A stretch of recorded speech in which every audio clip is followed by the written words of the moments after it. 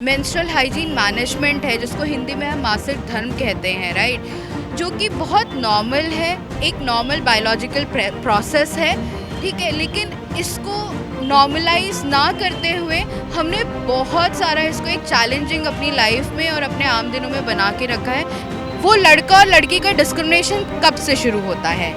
जब उसे पीरियड्स आने लगता है, लोग कहते हैं कि वो बड़ी हो गई है।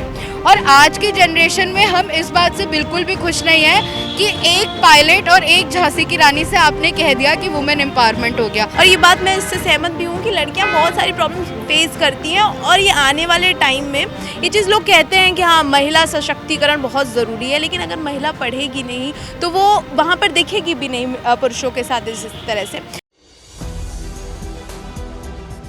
नमस्कार, आप देख रहे हैं 4 PM न्यूज़ नेटवर्क और मैं हूं आपके साथ निधि मिश्रा। आज हम बात करेंगे किसी राजनीति चर्चा पे नहीं, आज हम बात करेंगे सामाजिक चर्चा पे। और इस सामाजिक चर्चा पर बात करने के लिए हमारे साथ मौजूद हैं सुनीता पाल जी। पहले तो बहुत बहुत स्वागत है आपका सुनीता पाल। शुक्रिया। पहले तो अपने बारे में बताएं कि क्या कुछ सुनीता पाल क्या है, क्या कुछ?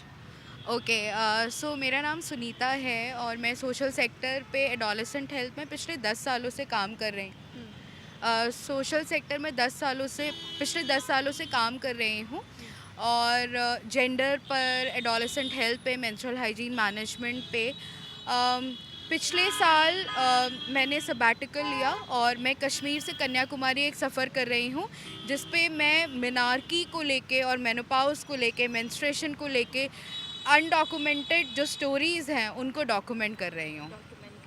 उसके साथ साथ ऐसे में, क्योंकि आपने तमाम सी चीज़ें बताई हैं और तमाम सी ऐसी अवस्थाएं बताई हैं जो जो हर इंसान, हर व्यक्ति अपने जीवन काल में देखता है, महसूस करता है, ये कुछ अलग नहीं है, समाज से अलग नहीं है, समाज की बातें। ऐसे में आप जब इन सारी चीज़ों को नोटिस करती हैं तो आप क्या कुछ ड्रॉबैक्स देखती हैं समाज के? देखिए, अगर हमने इन मुद्दों पे काम करना शुरू किया है तो डेफ़िनेटली कुछ चैलेंजेस हैं, कुछ ड्रॉबैक हैं, राइट?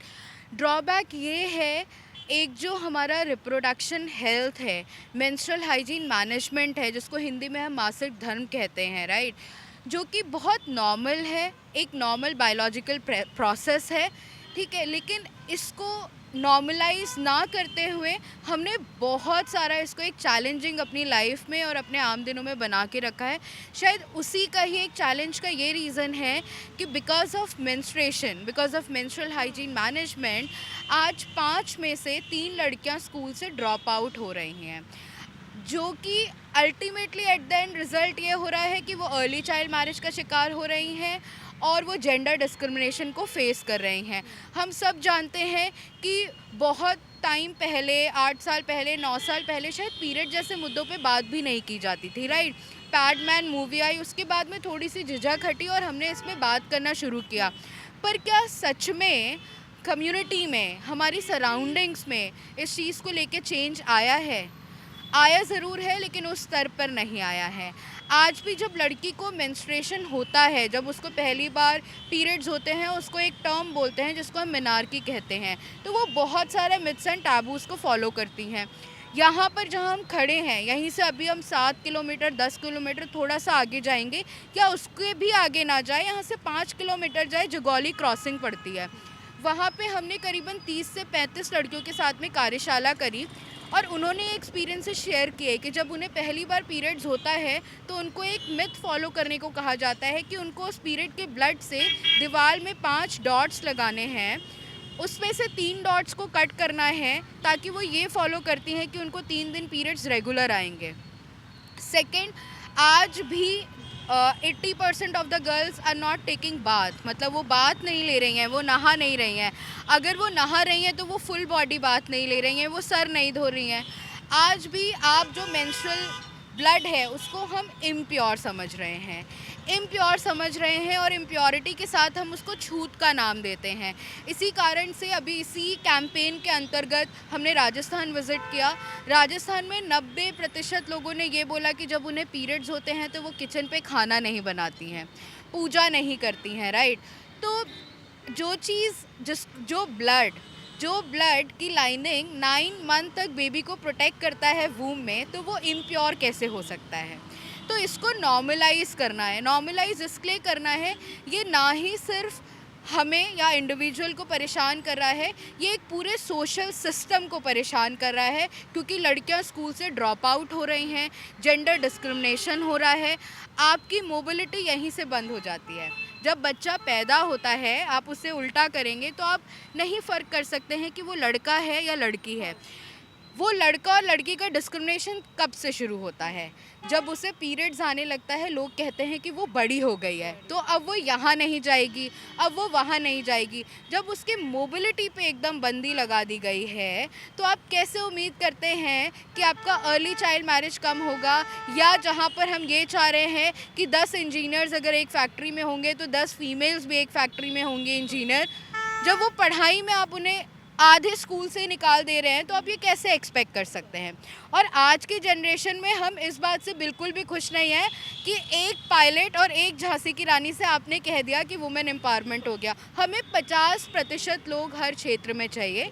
तो मेन यही है कि आप उनको एजुकेशन दें और एजुकेशन से बाहर नहीं निकालें, और मेन रीज़न स्कूल से ड्रॉप आउट होने का लड़कियों का यही है। अच्छा, अगर क्योंकि आपने तमाम सी समस्याएं बताई हैं, तमाम सी प्रॉब्लम्स बताई हैं, और ये बात मैं इससे सहमत भी हूँ कि लड़कियां बहुत सारी प्रॉब्लम्स फेस करती हैं, और ये आने वाले टाइम में ये चीज़ लोग कहते हैं कि हाँ, महिला सशक्तिकरण बहुत ज़रूरी है, लेकिन अगर महिला पढ़ेगी नहीं तो वो वहाँ पर दिखेगी भी नहीं पुरुषों के साथ इस तरह से। आपने क्योंकि इसमें बहुत सारी रिसर्च की है, बहुत करीब से देखी हैं ये सारी समस्याएँ, आप ये बताएं कि अगर इसके अलावा अगर हम इस समस्या को सुलझाने की कोशिश करें तो ऐसे कौन कौन से ऐसे पॉइंट्स, ऐसे कौन कौन सी बातें हैं जो आपको लगता है कि हाँ, ये इंस्टेंट वर्क करेगा इस प्रॉब्लम को सॉल्व करने के? एग्जैक्टली सबसे पहले तो हमें एडवोकेसी करने की बहुत ज़रूरत है। एडवोकेसी इस बात करने की ज़रूरत है कि अगर मुझे पीरियड्स हो रहे हैं और मैं दुकान में पैड लेने जा रही हूँ, तो मैं उसको काली पॉलीथीन में नहीं लेके आऊँ, मैं उसको खुला लेके आऊँ। सेकंड, अगर मुझे पीरियड्स हो रहे हैं, घर पे हमें शुरू करना है कि मैं ये ना ढूंढूं कि घर पे माँ है, दीदी है, बहन है, और मैं कान में जाके खुसफुसाऊं कि मुझे पैड की ज़रूरत है। ठीक है, हमें खुल के बोलना है। और हमें जब बेबी बॉर्न होता है तो उसको बहुत नॉर्मलाइज करना है कि आपको सर्दी हो गई, जुकाम हो गई, आप बताते हैं आपको पीरियड्स हो गए, and you should feel proud about the periods instead of shame. ये एडवोकेसी करने की बहुत ज़रूरी है। जहाँ पर इसमें शर्म हट गई, वहाँ पर आपने इस पे चर्चा करना शुरू कर दिया। सेकंड, इस बात पे मैं बहुत फोकस करूँगी कि ड्रॉप आउट लड़कियों का कहाँ से होता है। ऐसे नहीं होता है कि आज उन्हें मीनार के शुरू हुआ, कल उन्होंने स्कूल से ड्रॉप आउट कर गए, नहीं। आज भी आप और हम इस चीज़ को देखते हैं कि हमें पीरियड्स हुआ, ठीक है, बहुत सारे प्राइवेट स्कूल्स भी हैं, हमें पीरियड्स हुआ, हम स्कूल पे जाना पसंद नहीं करते हैं क्योंकि स्कूल पे उस तरीके की टॉयलेट की फैसिलिटीज़ नहीं है, राइट। वहाँ पर टॉयलेट की फैसिलिटी नहीं है, अगर हमें पीरियड्स आया तो हम चेंज करने कैसे जाएंगे? एक सिंपल सी बात है, स्कूल का बाथरूम है, मैं भी हाइट में छोटी हूँ, कुंडियाँ आपके ऊपर लगी रहती हैं। हमारे यहाँ पे एवरेज हाइट लड़की का 5 होता है, ठीक है, क्या उसके हिसाब से हमारी कुंडियाँ डिज़ाइन की गई हैं? या बहुत सारे गवर्नमेंट स्कूल है जहाँ पे पानी की फैसिलिटी भी नहीं है। तो ये फैसिलिटीज़ होना बहुत ज़रूरी है। सेकंड, क्या हम सस्टेनेबल मेंस्ट्रुअल पैड लड़कियों को प्रोवाइड कर रहे हैं कि वो मैनेज कर सके अपने पीरियड्स को? आधे से ज़्यादा स्कूल इसलिए ड्रॉप आउट करती हैं क्योंकि वो पहले स्कूल के कुछ दिन की क्लासेस मिस करती हैं। पेट दर्द हो रहा है, कुछ हो रहा है, उनके पास पैड की व्यवस्था नहीं है। अगर पैड की व्यवस्था है तो स्कूल पे अगर गलती से मेरा ब्लड लग गया तो क्या होगा, लोग क्या बोलेंगे? तो हमें मैनेजमेंट पे बहुत सोचना है। अगर मेरे पास मैनेजमेंट होगा तो मैं जाऊंगी। या आप मुझे ये बताएं, हम सफ़र करते हैं और बहुत सारे लोगों को सफ़र में पीरियड्स होते हैं। कितने रेलवे स्टेशन है जहाँ पे इंसिनरेटर जैसी मशीन लगी है कि आप पैड को ले सकें? या कितने ट्रेन्स हैं जो कि मेंस्ट्रुअल फ्रेंडली स्पेसेस हैं? या कितने पुलिस स्टेशंस हैं कि वहाँ पे ये फैसिलिटी है, राइट। तो हमें मैनेजमेंट पे बात करने की बहुत ज़रूरत है। पहली बात होगी एडवोकेसी की, सेकंड हमें मैनेजमेंट की बात हो गई। एडवोकेसी में हमने नॉलेज में बात करी कि लोगों को जानकारी देना ज़रूरी है क्योंकि हमें इसे नॉर्मलाइज करना है। सेकंड, हमने मैनेजमेंट की बात कर ली।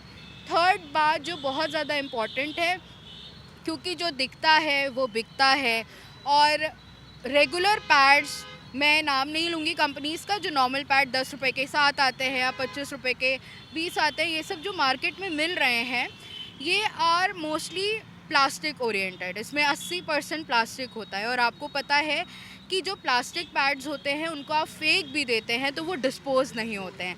ये सिर्फ लड़की की ही हेल्थ को बर्बाद नहीं कर रहा है, ये हमारे एनवायरनमेंट को भी बर्बाद कर रहा है। हमारे पास कितनी मशीन्स या कितने प्रोजेक्ट हैं कि जो फेंके हुए पैड्स हैं वो अभी तक डिस्पोज हुए हैं, वो सिर्फ डंप हो रहे हैं। तो हमें डिस्पोजेबल पे बहुत ध्यान देना है, हमें ये कोशिश करनी है कि एक नॉलेज पे बात हो, सेकंड उसके मिथ्स एंड टैबूज़ पे बात हो। अब सिंपल सी बात है, आपको पीरियड्स हैं, आप किचन पे खाना नहीं बनाएंगी। आपको पीरियड्स हैं, आप गुड़ नहीं खाएंगी, आप अचार नहीं छुएंगी।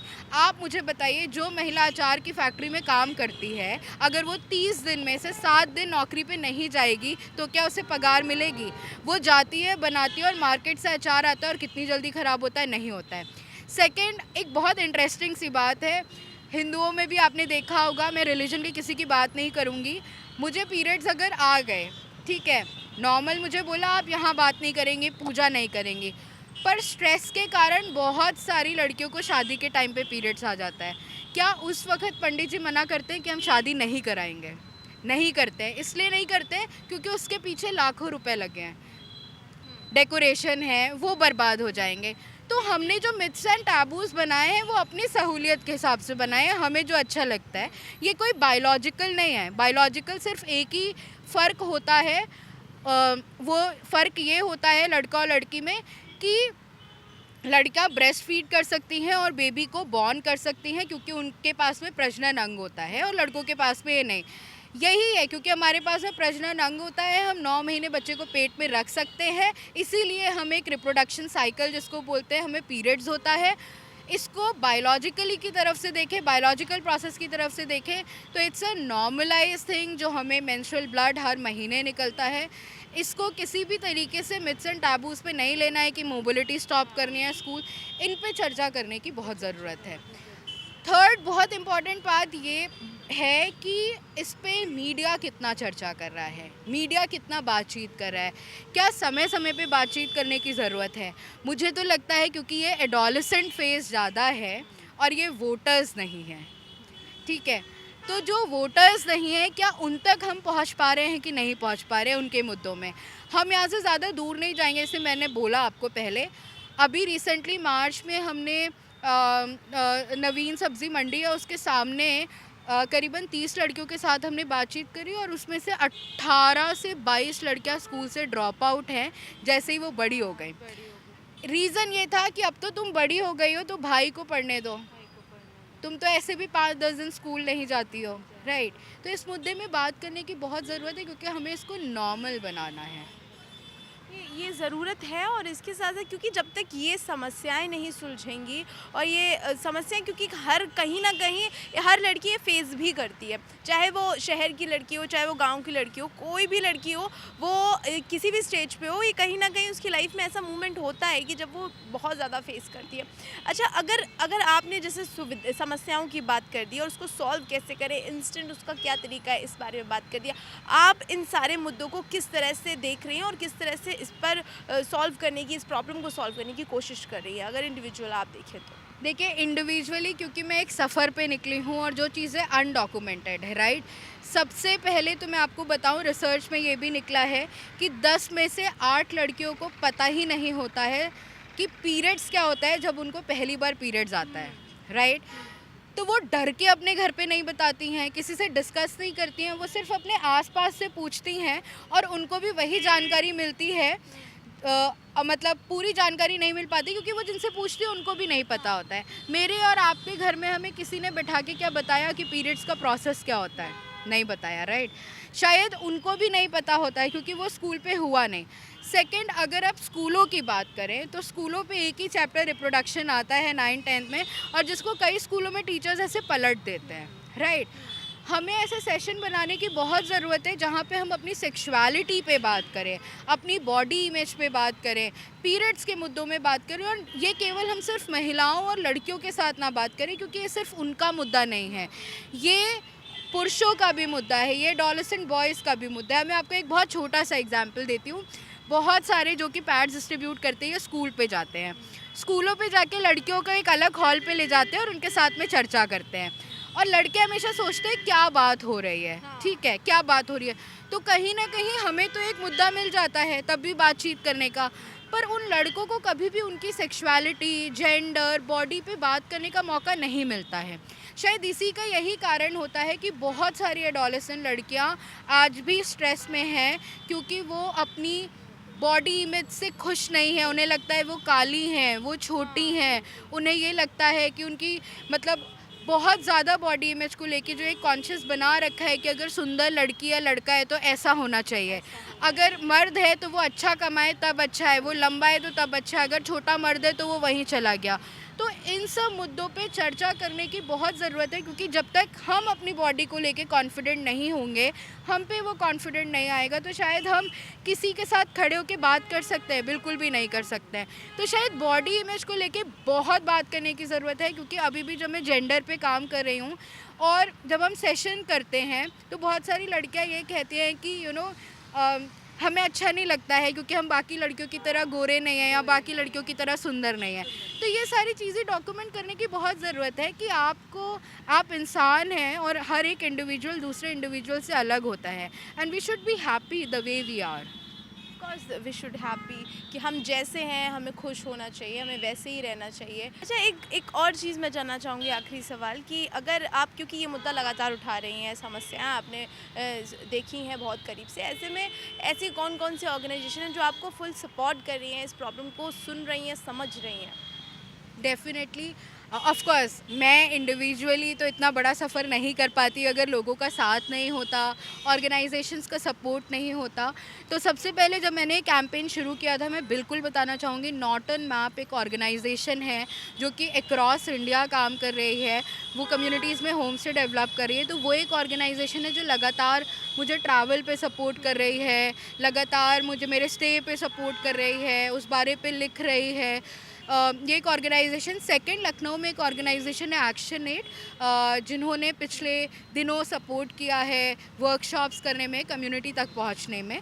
तो ये दोनों ऑर्गेनाइजेशन का बहुत बड़ा रोल रहा है इस कैंपेन को सक्सेसफुल बनाने में।